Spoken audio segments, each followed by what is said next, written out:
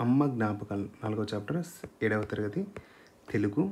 అమ్మ జ్ఞాపకాలు టి కృష్ణమూర్తి యాదవ్ గారు రచించారు. బొమ్మను చూడండి, ఆలోచించి మాట్లాడండి. పై బొమ్మలు ఎవరెవరు ఉన్నారు, అమ్మ ఏం చేస్తున్నది, పిల్లల కోసం అమ్మ ఏ సేవలు చేస్తుంది, మీరు అమ్మ కోసం ఎప్పుడైనా ఎటువంటి సేవలు చేశారు, మీరు మీ అమ్మ కోసం వివరణ చేసినప్పుడు ఎట్లా అనిపించింది. పాఠం యొక్క ఉద్దేశం ఏంటంటే అమ్మంటే ప్రేమ, అమ్మంటే ఆప్యాయత, అమ్మంటే అనురాగం. అమ్మ నిరంతరం తన కుటుంబం కోసం సేవలు చేస్తుంది.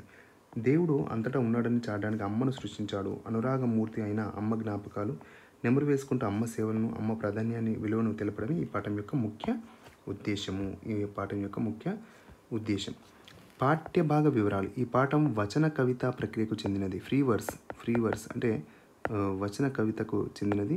తెలుగులో వచన కవిత ఆంగ్ల సాహిత్య ప్రభావంతో వచ్చింది. ఆంగ్లంలో దీన్ని ఫ్రీ వర్స్ అని అంటారు. పద్య గేయాల్లో ఉండే ఛందస్సు, మాత్రాగణాల నియమం లేకుండా స్వేచ్ఛగా భావయుక్తంగా వాక్యాలతో ఉంటుంది. దీన్నే వచన కవితగా పిలుస్తాము. అమ్మ జ్ఞాపకాలు యొక్క వచన కవిత ప్రక్రియ చెంది. ఈ పాఠం కృష్ణమూర్తి యాదవ్ రచించిన శబ్నం కవితా సంపుటిలోనిది. కవి పరిచయం. సామాన్యుని ఉచ్ఛ్వాస నిశ్వాసాలకు అక్షరాల్లోకి పొదిగి సామాన్య ప్రజల భాషలో కవిత్వం రచించిన కవి టి కృష్ణమూర్తి యాదవ్ గారు. హన్మకొండ జిల్లా భీమదేవరపల్లి మండలం కొత్తపల్లి గ్రామానికి చెందిన ఈయన తెలంగాణ భాషలో యాసలో వచన కవిత్వం రాసిన కవులలో ఒకడు. తన తొలి కవితా సంపుటి తొక్కుడు బండ సాహితీ క్షేత్రం ప్రవేశించాడు. శబ్నం వీరి రెండవ కవితా సంపుటి. ఇది మొన్న టెట్ జూన్ 2025లో క్వశ్చన్ అడిగారు. తొక్కుడు బండ శబ్నం ఎవరి కవితా సంపుటి అంటే డాక్టర్ కృష్ణమూర్తి యాదవ్ గారు. గ్రామీణ జీవితానుభవాలు, మధ్యతరగతి జీవన చిత్రణ తన కవిత్వంతో చొప్పించాడు. సరళమైన వచనాభివ్యక్తి, నిరాబండ్రమైన శైలిలో కృష్ణమూర్తి యాదవ్ యొక్క ప్రత్యేకత. ఈ విద్యార్థుల యొక్క సూచనలు ఏంటంటే పాఠంలో బొమ్మలు చూడండి, పాఠం ముందున ప్రవేశిక చదవండి, పాఠంలోని విషయాన్ని ఊహించండి, పాఠాన్ని చదవండి, అర్థం కాని పదాల కింద గీతలు గీయండి, అర్థం కాని పదాలను, వాక్యాలను గురించి మీ మిత్రులతో చర్చించండి. పాఠ్య పుస్తకం చేరున్న పదాలు, అర్థాలు పట్టిక చూసి తెలియని పదాలను అర్థం చేసుకోండి. ప్రవేశిక ఏంటంటే అమ్మ అంటే ఆత్మీయత, అనురాగాల కలబోత. అమ్మ మంకు చేసే పిల్లవాడిని చందమామను చూపిస్తూ గోరుముద్దలు తినిపిస్తుంది. అమ్మ గొప్పతనం మాటలకు అందండి. కుటుంబం కోసం అమ్మ పడే తపన, ఆరాటం అనితర సాధ్యం. అమ్మ జ్ఞాపకాలను హృదయానికి హత్తుకునే విధంగా కవి ఎట్లా వర్ణించాడో చూద్దాం. కవి ఏ విధంగా వర్ణించాడో మనం ఇక్కడ అమ్మ ముగ్గులేస్తే ప్రాంగణం అద్దకపు చీరలా కనిపించేది. ఛాయ నలుపు కోలముఖం అమ్మ నవ్వుతున్నప్పుడు పండ్లు పాలబల పాల్లా కనిపించేవి. మాకు పడిశం పట్టి జ్వరం వచ్చినప్పుడు అమ్మ ఇంటినే హాస్పిటల్గా మార్చేది. తానే నర్సై మంచాల చుట్టూ తిరుగుతూ ఆయుర్వేదపు మందు బిల్లలేస్తూ ఉండేది. పొద్దున్నే అయ్యా దొరల బర్లపాలు పిండేవాడు. కాలుష్య నిర్మూలన కార్యకర్తల అమ్మ కొట్టంలో పెండకలు తీసేది. దూడల నోళ్ళు కొట్టి పితికిన పాలు ఆస్థానపు తెల్ల కుందేళ్ళు తాగేవి. అమ్మ ముక్కుపోగు ఆకాశానికి అత్తుకునేంత నెలవంకల ఉండేది. జమీందారు ఇండ్ల ముందు కుందెంలో వడ్లు పోసి రోకలతో దంపుతున్నప్పుడు మధ్యల దరువులు వినిపించేది. అమ్మ ఒడిలో సోలెడు నూకలేసుకొని ఇంటికి వచ్చేది. గోవుల పక్కన ల్యాగల్లా ఇంటి ముందు ఆడుకునేవాళ్ళం. అమ్మ ముక్కుపుల్ల వరహావతారం ముట్టి మీద ఎత్తిన భూగోళంలా కనిపించేది. చెవుల గెంటీలు గడియారంలోని పెండులంలా ఊగేవి. అమ్మ అంబలి తాగి కొడవలి పట్టుకుని కోతలకు పోయేది. కాలువగట్ల పొంటి కాళ్ళు కడుక్కొని శ్రమను మరిచి ఊళ్ళోకి వచ్చే అమ్మకు కెరింతలు కొడుతూ ఎదురేగేవాళ్ళం. గుమ్ములో వడ్లున్నట్లే మా కోసం అమ్మ ఒడిలో పల్లికాయలు, పెసరకాయలు దొరికేవి. అమ్మకు కాళ్ళ కడియలు వేసుకోవడం, కంచు మట్టిలు తొడుక్కోవడం అంటే చాలా ఇష్టం. అమ్మ ఎప్పుడు పట్టు చీరలు కట్టుకోలేదు, పరుపుల్లో నిద్రపోలేదు. నులక మంచం మీద నిద్ర చేనేత చీరలతో కాలం గడిపేది. సెలవుల మీద ఊళ్ళోకి వచ్చినప్పుడు తేనెటీగల అమ్మ జ్ఞాపకాలు నా చుట్టూ ముసురుతాయి అనేది ఈ యొక్క సారాంశం. అలాగే ఇది చేయండి, ఇవి విని అర్థం చేసుకుని ఆలోచించి మాట్లాడండి. అమ్మ జ్ఞాపకాలు కవి గుర్తుకు తెచ్చుకున్నాడు కదా, మీరు మీ అమ్మ గురించి చెప్పండి. మీరు మీ అమ్మను సంతోషపెట్టడానికి ఏమేమి చేస్తారు అనేది మనం చూద్దాం. అలాగే రెండవది ఇక్కడ ధారాళంగా చదవండి, అర్థం చేసుకుని ప్రతిస్పందించండి. పాఠం చదవండి, వివిధ అంశాలను కవి ఎట్లా పోల్చాడో పట్టికతో రాయండి. అంశం పోలిక అంటే ముగ్గులేసిన ప్రాంగణం అద్దకపు చీర, ఇలా అంశాన్ని పోలిక అంటే ముగ్గులేసిన ప్రాంగణం ఎలా ఉందంటే అద్దకపు చీరలాగా అమ్మలాగా పోల్చారు అన్నట్టు. క్రింది పేరాను, ఈ క్రింది పేరాను చదివి ఇచ్చిన ప్రశ్నలకు సమాధానం రాయండి.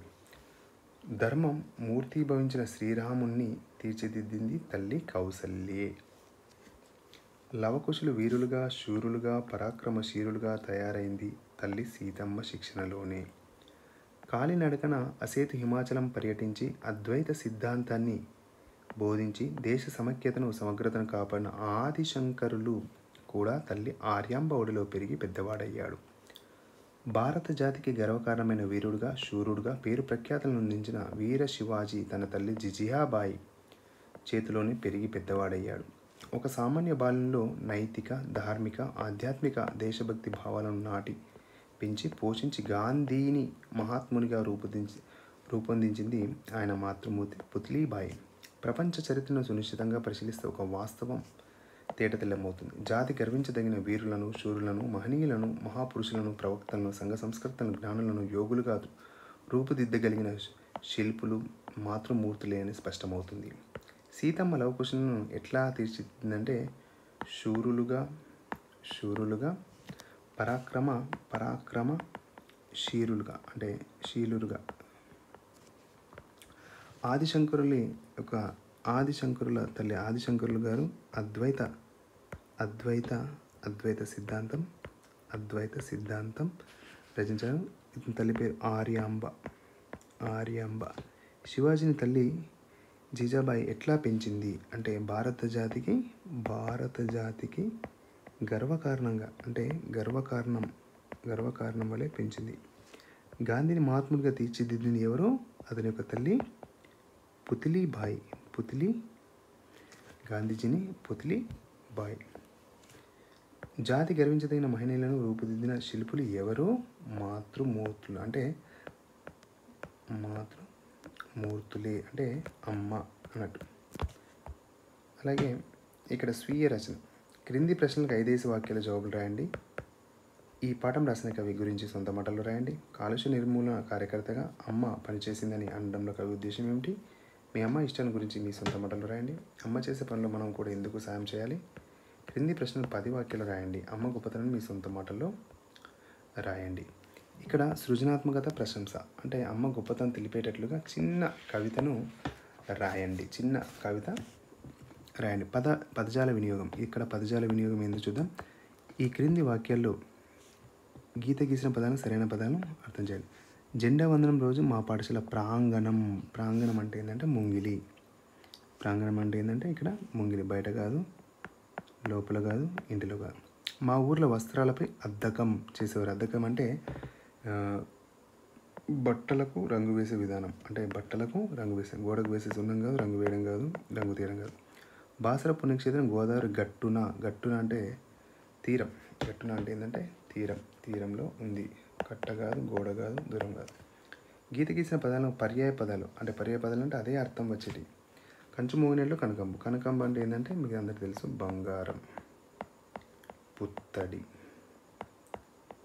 హేమం, సువర్ణం. కుందేలు ఉపాయంతో అపాయం చేయించింది. కుందేలు అంటే ఏంటంటే శరభం. చెవుల పిల్లి అన్న. అలాగే శశం. ఆవు అంబ అని పిలిస్తే దూడ గంతులు వేసుకుంది. దూడ అంటే లేగ, పెయ్య. కింద గీసిన ప్రకృతి పదాలకు వికృతి పదాలు, ప్రకృతి పదాలు రాయండి. కుల్యలో కాగిత పడవలు చేసి పిల్లలు ఆడుకుంటారు. కుల్య అంటే ఏంటంటే కాలువ. ఇక్కడ కుల్య అంటే ఏంటంటే కాలువ. ఆకాశం అంటే ఆకాశం. మొగము అంటే ముఖము.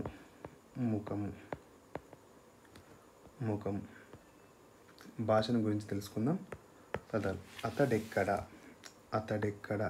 అతడు ప్లస్ ఎక్కడ, అతడు ప్లస్ ఎక్కడ, ఉత్వ సంధి. బొమ్మను ప్లస్ ఇచ్చెను, ఉత్వ సంధి. బొమ్మను ఇచ్చెను, ఉత్వ సంధి. మనిషి అన్నవాడు, మనిషి లెస్ అన్నవాడు, మనిషి అన్నవాడు, ఇత్వ సంధి. కింది పదాలను కలపండి. మేనల్లుడు, మేనల్లుడు, మేన ప్లస్ అల్లుడు. పుట్టిన ప్లస్ ఇల్లు, పుట్టినిల్లు. ఏమి ప్లస్ అంటివి, ఏమంటివి. ఇది ఇక్కడ ఉత్వ సంధి చాలా ఇంపార్టెంట్. ఉత్వ సంధి కింది పదాలను రాముడు ఉ ప్లస్ అతడు, రాముడతడు, రాముడు ఉ ప్లస్ ఆ, రాముడతడు, రాముడు ప్లస్ ఆ, రాముడతడు. సోముడు ప్లస్ ఇతడు, సోముడితడు, ఉ ప్లస్ ఈ ఇకారం. మనము ప్లస్ ఉంటిమి, మనము ప్లస్ మనముంటిమి, ఉ ప్లస్ ఉ ఉకారం. అతడు ప్లస్ ఎక్కడ, అతడెక్కడ, ఉ ప్లస్ ఏకారం. మొదటి పదంలోని చివరి అచ్చు ఉ రెండవ పదంలోని మొదటి అచ్చుతో కలిసినప్పుడు మొదటి పదంలోని అచ్చు ఊయే లోపిస్తుంది. రెండవ పదంలోని మొదటి అచ్చు అట్లాగే నిలిచి ఉంటుంది. అనగా ఉకారం మీద ఏదైతే అచ్చు వచ్చి చేరితే సంధి తప్పక జరుగుతుంది. దీన్నే ఉత్వ సంధి అంటాము. ఉకారాన్ని ఉత్తు అంటారు. ఉకారాన్ని ఉత్తునకు అచ్చుపరమైతే సంధి తప్పకుండా జరుగుతుంది. అంటే ఉత్తునకు ఇక్కడ మొదటి పదంలోని చివరి అచ్చు ఊ రెండవ పదంలోని మొదటి అచ్చుతో కలిసినప్పుడు మొదటి పదంలోని అచ్చు లోపించి రెండవ పదంలోని మొదటి అచ్చు అట్లాగే నిలిచి ఉంటుంది. అంటే రాముడు ప్లస్ అతడు అంటే ఏమవుతుంది, రాముడతడు అంటే డూ బై ఇక్కడ డా అంటే రాముడతడు అనే వచ్చేస్తుందని అర్థం. కింది పదాలను అట్లనే కలిపిరాయండి. చెట్టు ప్లస్ ఎక్కి అంటే ఇక్కడ చెట్టెక్కి అంటే ఉత్తు వస్తుంది. వాడు ప్లస్ ఎక్కడ అంటే ఇక్కడ ఇది లోపిస్తుంది, ఇది నడుస్తుంది. వాడెక్కడ ఉత్తు వస్తుంది. అలాగే ఎదురు ఊ వస్తుంది ఏ, కానీ ఇక్కడ లోపించి ఎదురేగి ఇక్కడ కూడా ఉత్తు వస్తుంది. కింది పదాలను విడదీసిరాయండి.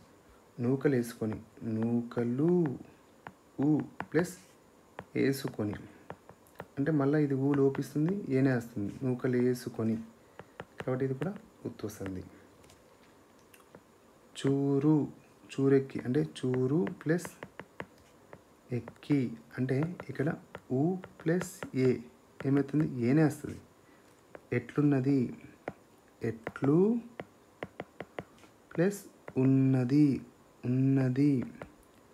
ఇక్కడ ఊ ప్లస్ ఉకారాన్ని కాబట్టి మళ్ళీ ఉకారం వస్తుంది, అంటే రెండోది వస్తుంది అన్నట్టు. అలాగే ప్రాజెక్ట్ పని మనం చూసినట్లయితే ఒకరోజు ఉదయం నుండి రాత్రి పడుకునే వరకు అమ్మను గమనించండి. ఏమేమి పనులు చేసింది, ఆయా పనులు చేసేటప్పుడు ఆమె ఎట్లా ఉన్నది, మీకేమనిపించింది ఈ వివరాలతో నివేదిక రాయండి, తరగతిలో ప్రదర్శించండి. నేను ఇవి చేయగలనా, అమ్మ గురించి, అమ్మను సంతోషపెట్టడం గురించి మాట్లాడగలను, అవును. పాఠం ఆధారంగా పొలికని పట్టికలో రాయగలను, అవును. అమ్మ గొప్పతనం గురించి తొందరమాట రాయగలను, అవును.